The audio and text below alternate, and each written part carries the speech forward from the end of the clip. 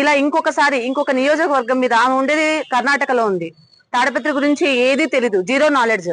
అలాంటిది ఒక రాజకీయ నాయకుని గురించి, ఒక ఎమ్మెల్యే గురించి మాట్లాడడం అనేది కరెక్ట్ కాదని ఇంతకు ముందే మేము చెప్పడం జరిగింది. ఇప్పుడు ఆమె మీద నాన్ బెయిలబుల్ సెక్షన్ తీసుకోవాల్సిందిగా తాడిపత్రి టౌన్ సిఏ గారికి కంప్లైంట్ ఇవ్వడం జరిగింది.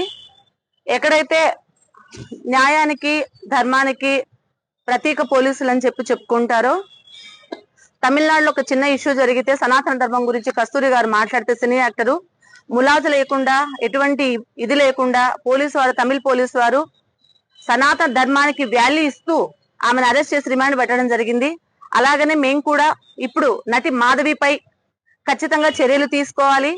తనకు కూడా ఇంకొకసారి ఒకరి విషయాలలో జోక్యం చేసుకోకుండా, ముఖ్యంగా తను కూడా సాటి మహిళ కాబట్టి ఆడవాళ్ళ గురించి కిడ్నాప్లని, రేజింగ్లని, గాంజాయి అని చెప్పి తాడిపత్రిని ఒక తక్కువ చేసి చూపించడం కరెక్ట్ కాదు. ఆమె ఇన్స్టాలో చాలా ఫాలోవర్స్ ఉంటారు.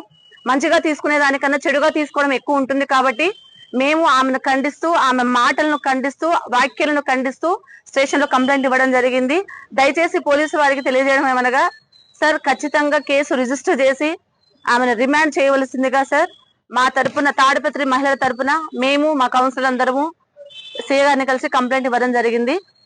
సార్ షూర్ గా కేసు అయితే రిజిస్టర్ చేయండి. మా తాడిపత్రి మర్యాదను కాపాడాల్సిందిగా పోలీసు వారిని సవినయంగా కోరుకుంటున్నాం. మీ కమలం.